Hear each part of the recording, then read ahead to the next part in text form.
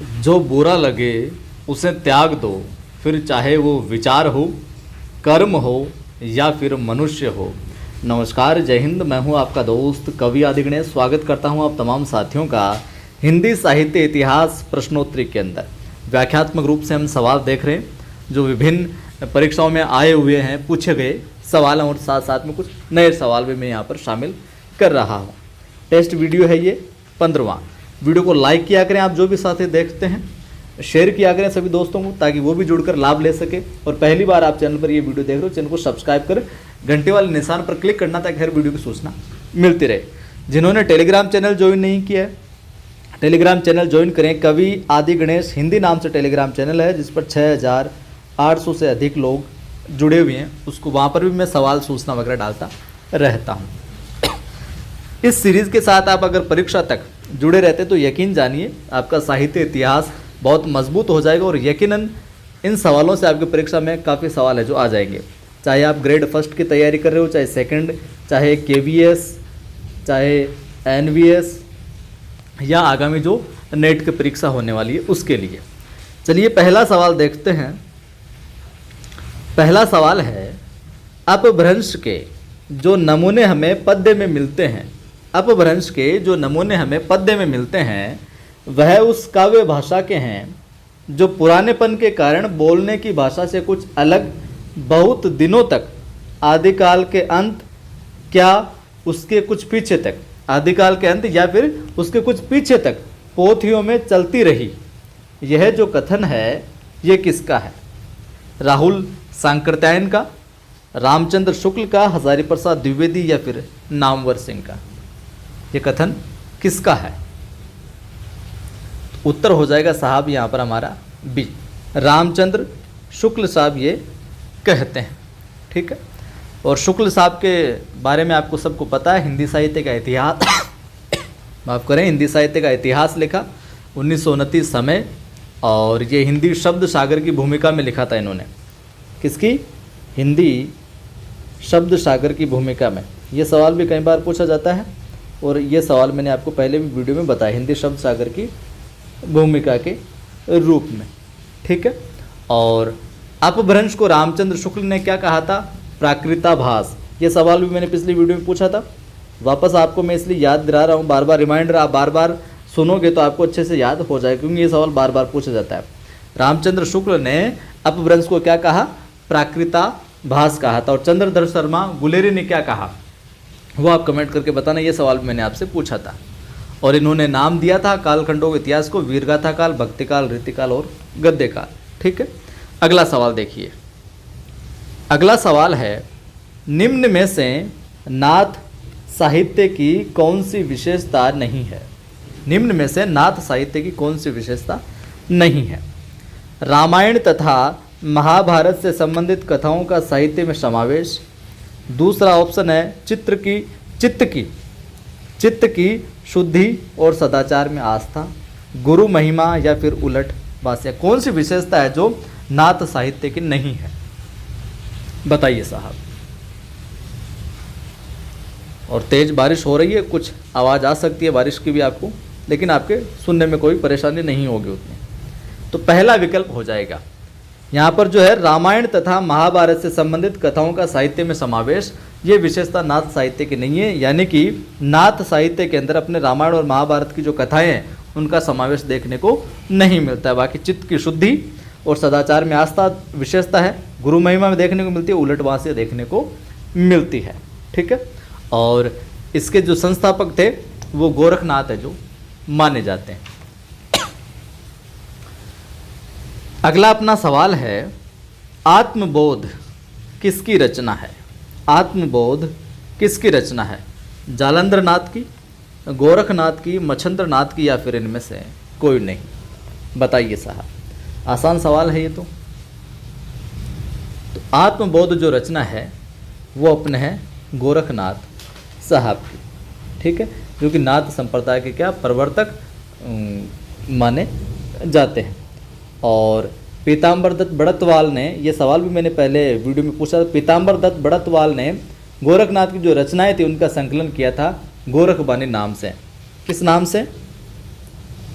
गोरख बानी। तो ये पूछ लिया जाए गोरख बानी किसकी रचनाओं का संकलन है, तो गोरख बानी किसकी रचनाओं का संकलन है, गोरखनाथ की। पहला सवाल ऐसे पूछ लिया जाएगा। दूसरा, इसका संकलन किसने किया था, तो वो करने वाले थे साहब अपने कौन, पीताम्बर दत्त बड़थवाल। ठीक है, पीताम्बर दत्त बड़थवाल सहा। गोरखनाथ की और रचनाओं में आप देखोगे तो गुरु महिमा, इंद्रिय निग्रह, प्राण साधना, वैराग्य, कुंडलिनी जागरण, शून्य समाधि, ये और रचनाएं इनकी देखने को मिलती। और इन रचनाओं का संकलन गोरखवाणी नाम से किया था पीताम्बर दत्त बड़थवाल ने। चलिए अगला सवाल है, माधव हम परिणाम निराशा, माधव हम परिणाम निराशा, ये काव्य पंक्ति किस कवि की है, सुंदरदास की, विद्यापति की, सूरदास की, या फिर रसखान की। ये सवाल पीजीटी 2015 में और यूपी पीजीटी 2009 में भी पूछा गया है। माधव हम परिणाम निराशा किस कवि की ये पंक्ति, काव्य पंक्ति, उत्तर हो जाएगा विद्यापति साहब की। किसकी है, विद्यापति साहब की। और विद्यापति के विषय में आपको पता है, ये बिहार प्रांत के दरभंगा जिले का जो विपसी नामक गाँव, वहाँ के निवासी थे। गुरुओं का नाम पंडित हरिमिश्र था। गुरु का नाम क्या था इनके, पंडित हरिमिश्र। रचनाओं की बात करें तो इनके जो ग्रंथ थे विद्यापति के बहुत बहुप्रचलित रहे। कीर्ति पताका देखने को मिलता है, कीर्ति लता देखने को मिलता है, और पदावली जो कि मैथिली में रचित है वो है, और बच्चन ने इन्हें क्या जातीय कवि है जो कहा है। ठीक है, बच्चन जातीय कवि इनको कहते हैं ये नाम। और कई जातीय कवि और विद्वान भी मानते हैं, एक दो नाम की बच्चन नहीं है, बच्चन के अतिरिक्त दूसरे विद्वान हैं, तो वो भी देखने को मिलता है। अगला सवाल है, बौद्ध गान ओ दोहा, बौद्ध गान ओ दोहा का संपादन किसने किया, बौद्ध गान ओ दोहा का संपादन किसने किया, राहुल सांकृत्यायन ने, सूर्यकांत शास्त्री ने, प्रबोध चंद्र बागची ने, या फिर हरप्रसाद शास्त्री ने। बताइए उत्तर। तो सही उत्तर हो जाएगा क्या, डी, बौद्ध गान और दोहा का संपादन किया था हरप्रसाद शास्त्री ने, हरप्रसाद शास्त्री ने। और हम बात करें राहुल सांकृत्यायन की, तो राहुल सांकृत्यायन ने किया था संपादन हिंदी काव्य धारा का।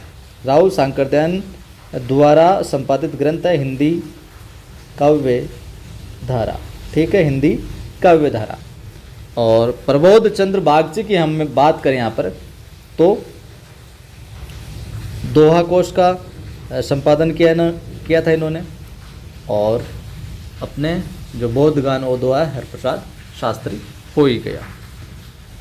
अगला सवाल देखिए, ये सवाल मैंने पहले आपको बता दिया इसका उत्तर। आला खंड का दूसरा नाम है परमाल रासो, बिसल देव रासो, खुमान रासो या हमी रासो। सीधा सवाल है, उत्तर क्या हो जाएगा, ए, परमाल रासो। आला खंड का दूसरा नाम क्या है, परमाल रासो। लेकिन बिसल देव रासो की रचयिता कौन है, नरपति नालय। ये कूट के अंदर पूछा जाता है, ध्यान में रख लीजिएगा, नरपति नालय। खुमाण रासो के रचयिता ध्यान में रखना कौन, दलपति विजय, दलपति विजय। इसलिए ये सवाल यहाँ पर संकलित किया है मैंने, दलपति विजय। हमीरासो के कौन, शारंगधर। हमीरासो के कौन है साहब, शारंगधर।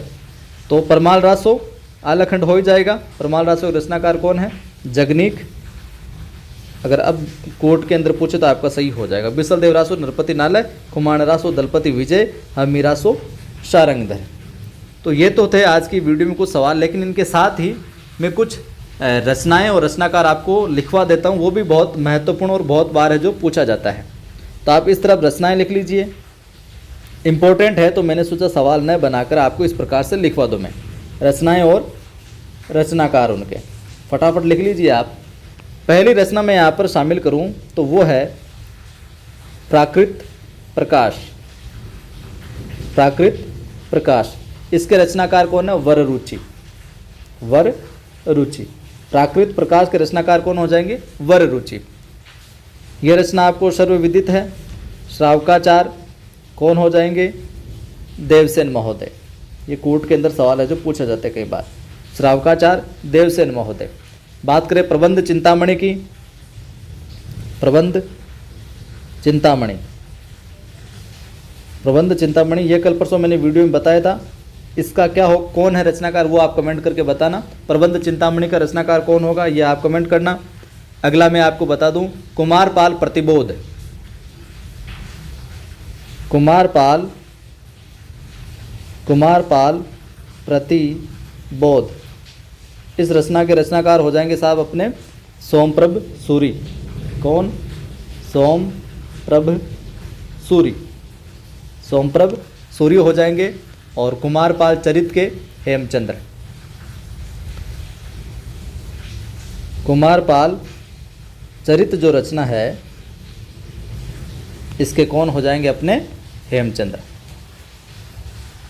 तो ये थे कुछ इम्पोर्टेंट रचनाएं। और तो वीडियो को लाइक कर दीजिएगा, आप शेयर कर दीजिएगा, और पहली बार देख रहे हो वीडियो को तो ज़्यादा से ज़्यादा लोगों को शेयर करना, जोड़ना, बताना चैनल के विषय में कि यहाँ पर ग्रेड फर्स्ट और सेकंड की निःशुल्क रूप से तैयारी करवाई जा रही है। टेलीग्राम चैनल का लिंक डिस्क्रिप्शन में मिल जाएगा, कवि आदिगणेश हिंदी नाम से, उसे भी ज्वाइन करें। वहाँ पर भी मैं सवाल सूचना वगैरह डालता रहता हूँ। जय हिंद, फिर मिलता हूँ।